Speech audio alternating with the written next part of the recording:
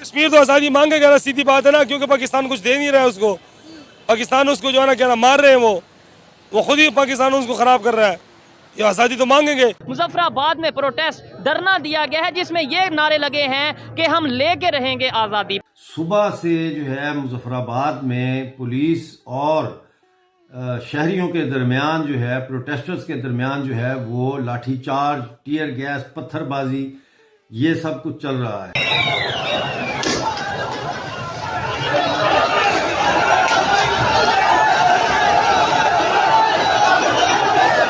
अब किसी को खाने को रोटी नहीं मिलेगी, पेट नहीं भरेगा, तो वो क्या कहेगा? ऐसे ही यही बात कहेगा ना वो नारा तो आज़ादी का लगाएगा। आज़ादी का।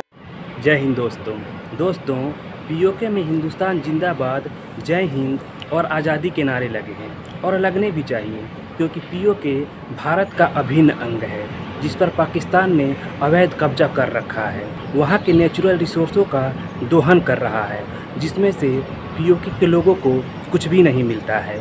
और दूसरी तरफ हिंदुस्तान में जो जम्मू कश्मीर है, वहाँ के लोग काफ़ी खुशहाल है। वहाँ पे उन लोगों को सारी सुविधाएं मिल रही हैं, वहाँ पे डेवलपमेंट हो रहा है, सब कुछ उनको मिल रहा है, जिसको देखकर पीओके के लोग भी मोदी जी से अपील कर रहे हैं कि मोदी जी, अगर हम आपके हैं तो हमें जल्दी ही अपने हिंदुस्तान में मिला लीजिए। अच्छा, आपको पता है जो आज़ाद कश्मीर है, वहाँ पर बहुत बड़े पैमाने पर मुजाहरे हो रहे हैं। वो कह रहे हैं हमें आज़ादी चाहिए, हमने इंडिया के साथ शामिल होना है। कश्मीर तो आज़ादी मांगेगा ना, सीधी बात है ना, क्योंकि पाकिस्तान कुछ दे नहीं रहा है उसको। पाकिस्तान उसको जो है ना क्या मार रहे हैं, वो खुद ही पाकिस्तान उसको खराब कर रहा है। ये आज़ादी तो मांगेंगे। गिलगित में भी लोग जो है ना तहरीक उठ रही है, के में भी उठेगी, अब तुम देख लो, ये हर तरफ पंजाब में भी उठेगी। अब ये इन्होंने जिधर तक आवाम को लेके जा रहे हैं ना, ये पंजाब भी देखो इंशाल्लाह उठेगा, ये बलूचिस्तान भी उठेगा, और ये के भी उठेगा, गिलगित भी उठेगा, और ये सब उठेंगे इनसे जान छुड़ाने के लिए इंशाल्लाह। गिलगित में भी हो रही है, बलूचिस्तान में भी हो रही है। बिल्कुल, मुझे पता है। तो बलूचिस्तान के एग्जाइल पीएम भी जाकर इंडिया में बैठ गई कि भाई हमारी मदद करो, हमें आज़ादी चाहिए। आज़ाद कश्मीर के लोग भी इंडिया की तरफ देखते हैं, बलूचिस्तान के लोग भी इंडिया की तरफ देखते हैं। बांग्लादेश देख लें, उसके ताल्लुकात इंडिया के साथ कैसे हैं। सब अपने मसले के लिए इंडिया की तरफ ही क्यों देखते हैं? क्योंकि पाकिस्तान में कोई है नहीं। टॉपिक हमारा कश्मीर में आजकल हड़ताल हो रही है, प्रोटेस्ट हो रही है, वहाँ के लोग नारे लगा रहे हैं आज़ादी के। इंटरनेशनल मीडिया पे ये बात चलाई जा रही है खबर के मुताबिक। आज मुजफ्फराबाद में अगर प्रोटेस्ट होता है, वहाँ पे वो कहते हैं हमें आज़ादी चाहिए। हम यहाँ पे आज़ाद कश्मीर कह के थकते नहीं है, वो लोग कहते हैं हमें आज़ादी चाहिए। बात ये है कि जब इतना प्रेशर पड़ेगा किसी पे जी, उसको समझ नहीं आएगी कुछ ना, तो फिर वो यही कहेगा ना। वो जब किसी को खाने को रोटी नहीं मिलेगी, पेट नहीं भरेगा, तो वो क्या कहेगा? ऐसे ही यही बात कहेगा ना वो नारा तो आज़ादी का लगाएगा। आज़ादी का लगाएगा, बस। और क्या आपको उम्मीद नजर आती है कश्मीर के जो हालात हैं, खास तौर पे देखें, ये हमारी जिम्मेदारी है ना, जब तक हालात जो है ना ये बेहतर नहीं होंगे, क्योंकि इंटरनेशनल जो लॉबी है ना वो भी नहीं चाहती। लेकिन दूसरी साइड में तो डेवलपमेंट हो रही है, इस्लामिक कंट्रीज वहाँ पे इन्वेस्टमेंट कर रहे हैं। इंडिया साइड की बात करें, वहाँ तो सऊदीया भी इन्वेस्टमेंट कर रहा है, वहाँ पे यूएई। मैं ये सवाल करता हूँ कि अगर भारतीय सरकार ये समझती है कि पाकिस्तानी ऑक्युपाइड जम्मू कश्मीर जो है वो भारत का हिस्सा है, और वो ये समझती है कि जम्मू कश्मीर भारत का अटूट अंग है, तो आज उस अंग के ऊपर जो है वो पाकिस्तान की पुलिस जो है, पंजाब पुलिस, उसकी लाठियां बरसाई जा रही हैं। ऐसे में मेरा ये सवाल है कि भारतीय सरकार कब हमारी मदद के लिए कोई अमली इकदाम उठाएगी।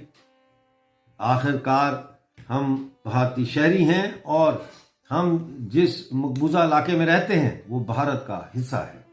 मैं बराह रास्त डायरेक्ट अपील करता हूं मोदी जी को कि मोदी जी हमें बचाया जाए। हमारे पास ना असला है, ना बंदूक है, और हमें बुरी तरह से पीटा जा रहा है सिर्फ इसलिए कि हम ये मुतालबा कर रहे हैं कि हमारे ऊपर पाकिस्तान ने जो टैक्सेस लगाए हैं वो नाजायज हैं, उनको वापस लिया जाए। मैं ये सवाल पूछना चाहता हूं कि अगर हम भारत का हिस्सा हैं और अगर हम भारतीय शहरी हैं, तो फिर हमें पाकिस्तान के अजाब से बचाने में इतनी देर क्यों लगाई जा रही है। मैं ये सवाल भी आपसे करना चाहता हूं मोदी जी कि हम और कितना इंतजार करें, हम और कितनी मार खाएं, जिसके बाद आप हमारे लिए कोई अमली इकदाम उठाएंगे।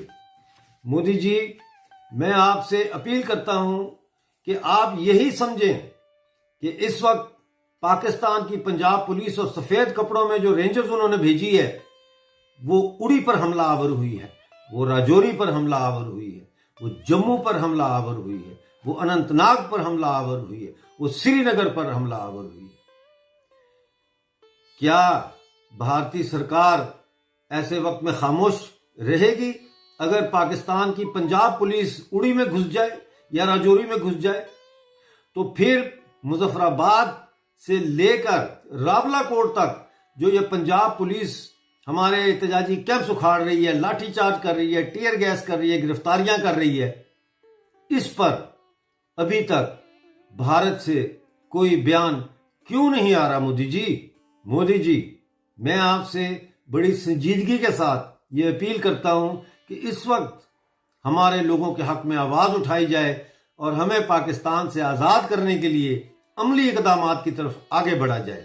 यही अपील मैं जयशंकर जी से करता हूं कि आप जब आलमी फोरम्स पर जाते हैं तो वहां पीओजे के लोगों पर होने वाले मजालिम को भी उजागर करें।